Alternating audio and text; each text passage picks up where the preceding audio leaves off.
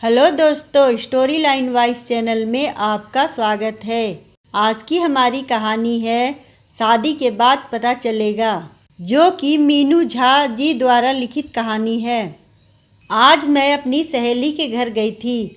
तुम्हारे ही उम्र की है उसकी बेटी, और इतना बेहतरीन नाश्ता और कॉफ़ी बनाकर पिलाया उसने कि मैं तो दंग रह गई। और एक तुम हो कोमल, चाय तक नहीं बनानी आती तुम्हें। मम्मी प्लीज़ आप किसी के घर मत जाया करो। जब जाते हो मेरे लिए शिकायतों का पुलिंदा लेकर लौटते हो। उसकी बेटी ये करती है, उसकी बेटी वो करती है, फलाने की बेटी को ये भी आता है, ढिमकाने की बेटी को वो भी आता है। मुझे नहीं सुनना ये सब। हाँ, हमारे समय में मेरी दादी कहती थी कि चोर भला धर्म की कहानी सुनेगा, अच्छी चीज़ें बताऊंगी तो तुम क्यों सुनोगी। और पापा ने भी कहा ना आपको कि आप ये सब काम वाम की बातें ना करें मुझसे। वो क्यों नहीं कहेंगे। शादी के बाद ससुराल में कोई थोड़े ही कहता है कि बाप ने नहीं सिखाया। सब दोषों का ठीकरा तो माँ के सर पर ही फूटता है।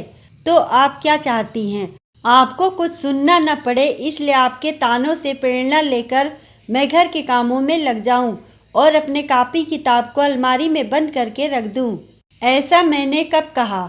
मैं जिनके भी उदाहरण तुम्हें देती हूँ वो सारी लड़कियाँ पढ़ती भी हैं, अपने क्षेत्र में अच्छा भी कर रही हैं और घर के कामों में अपनी मम्मी की मदद भी करती हैं। लड़कियों को दो दो घर देखने होते हैं कोमल। लाख पढ़ाई लिखाई करके कलेक्टर भी बन जाओगी, पर शादी तो होगी ना, ससुराल तो जाओगी ना। हूँ, पर मुझसे एक साथ दो दो नाव की सवारी नहीं होगी मम्मी, और बहुत हो चुके आपके ताने। अब आपको भी फैसला करना ही होगा कि आप मुझे कलेक्टर बनाना चाहती हैं या ससुराल भेजना चाहती हैं। या तो किचन संभालूं या पढ़ाई करूं, पर एक ही काम करूंगी। कहकर कोमल अपनी किताबें उठाकर दूसरे कमरे में चली गई।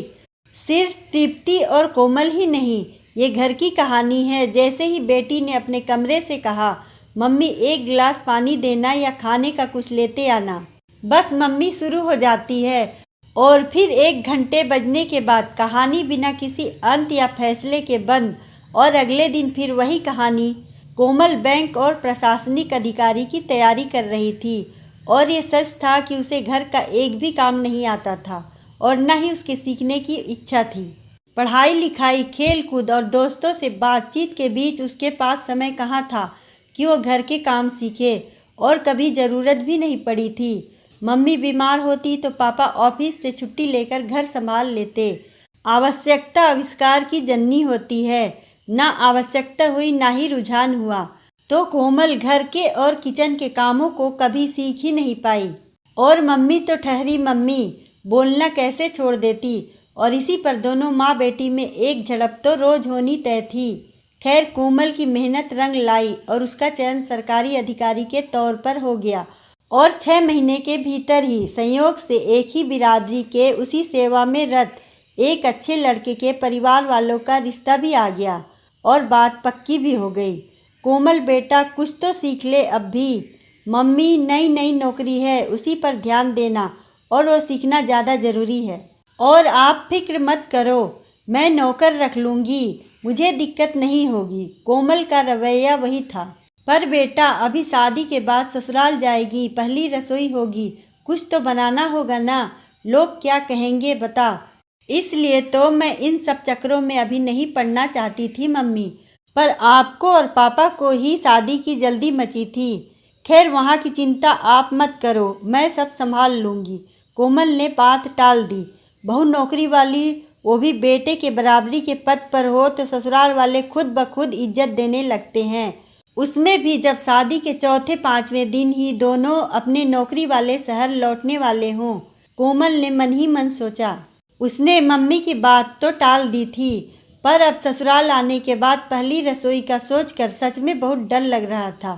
सासू माँ ने कहा कि कुछ मीठा बनेगा पहली रसोई में, पर मीठा तो उसने सिर्फ आज तक खाया है, बनाएगी कैसे।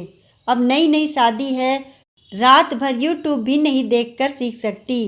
काश मम्मी आ जाती और बनाकर चली जाती, सोचकर उसकी आंख भर आए। अजब असमंजस वाली स्थिति थी, पर अंत में उसने यही सोचा कि रसोई में जब वो जाएगी तभी यूट्यूब पर वीडियो लगा लेगी और साथ साथ बना लेगी। सासू माँ को कह देगी कि सारी चीज़ें किचन स्लैब पर निकाल कर रख दे। अगली सुबह नहा धोकर वो तैयार बैठी थी और अपनी परीक्षा के लिए खुद को तैयार कर रही थी। तभी सासू माँ आई और उसे किचन ले गई और चुपके से उसके कान में कहा, बहू मुझे पता है तुम्हें कुछ बनाना नहीं आता, तो विनीता ने सुबह ही ढेर सारा हलवा बनाकर रख दिया है। बस तुम उसे आंच पर चढ़ाकर उसमें साथ वाले बाउल में नाप कर रखा एक्स्ट्रा घी और चीनी डालकर मिला देना। रस में भी हो जाएगी और तुम्हें ज़्यादा कुछ करना भी नहीं होगा, सासू माँ ने बताया। विनीता दीदी को ये सब आता है। कोमल की बड़ी ननद विनीता भी नौकरी पेशा थी, तो उसे आश्चर्य हो उठा। विनीता हर तरह का खाना बनाने जानती है बहू, सासू माँ ने मुस्कुराते हुए कहा। तो कोमल सोच में पड़ गई। खैर पहली रसोई की रस्म पूरी हुई और सबकी प्रशंसा पाकर विजयी मुस्कान से भर उठी। कोमल को लगा काश मम्मी देख पाती कि पढ़ाई लिखाई और नौकरी में कितनी ताकत है। जो लड़कियां सर्वगुण संपन्न होकर ही ससुराल जाती हैं उनकी कितनी कद्र होती है, उसे सब पता है। फोन पर उसने अपनी विजयी गाथा खूब विस्तार से सुनाई और बार बार कहा, अब तो आप नहीं कहेंगी ना कि ससुराल जाओगी, तब पता चलेगा। तृप्ति ने कोमल को खुश होने दिया, पर असलियत तो यही थी कि उसने शादी में ही नम्रता और शर्मिंदगी से हाथ जोड़ते हुए समधन से कह दिया था कि उसकी बेटी को कुछ नहीं आता। वो तो न सिखा पाई, अब शायद समय ही सिखा दे। पर पहली रसोई में तो मेहमान होंगे, घर में तो समधन सब संभाल लें। और समधन ने उसकी बात की मर्यादा को रखा था। नौकरी वाले शहर पहुंचकर कोमल ने हर काम के लिए बाई और नौकर लगा लिया था और बहुत खुश रहने लगी थी। तृप्ति को भी लगता चलो उसकी बेटी जो चाहती थी वो उसे मिल तो गया।